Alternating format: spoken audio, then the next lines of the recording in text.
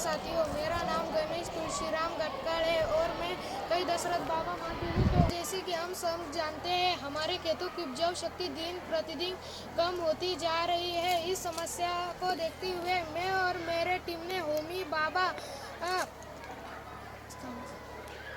केचुए से बनी जैविक खाद ये प्रकल्प तैयार किया है। इसके लिए सबसे पहले हमें 1 मीटर लंबा, 1 मीटर चौड़ा और आधा मीटर गहरा टैंक बना लेना है। नीचे की परत में सूखी पत्तियां, भूसा और पुराना गोबर डालना है ताकि नमी बनी रहे।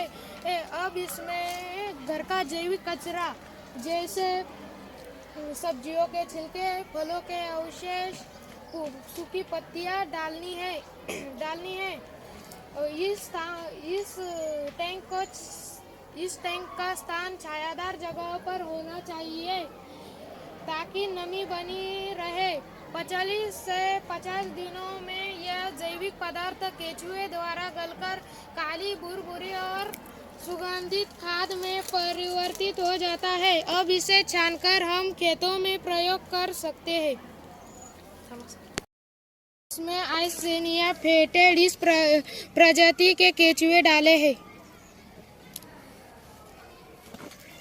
केचुए से बनी खाद के फायदे यह है कि इनसे भूमि की उपजाऊ शक्ति बढ़ती है, फसलों की वृद्धि और उत्पादन दोनों बढ़ते हैं और मिट्टी की जल धारण क्षमता भी बढ़ती है।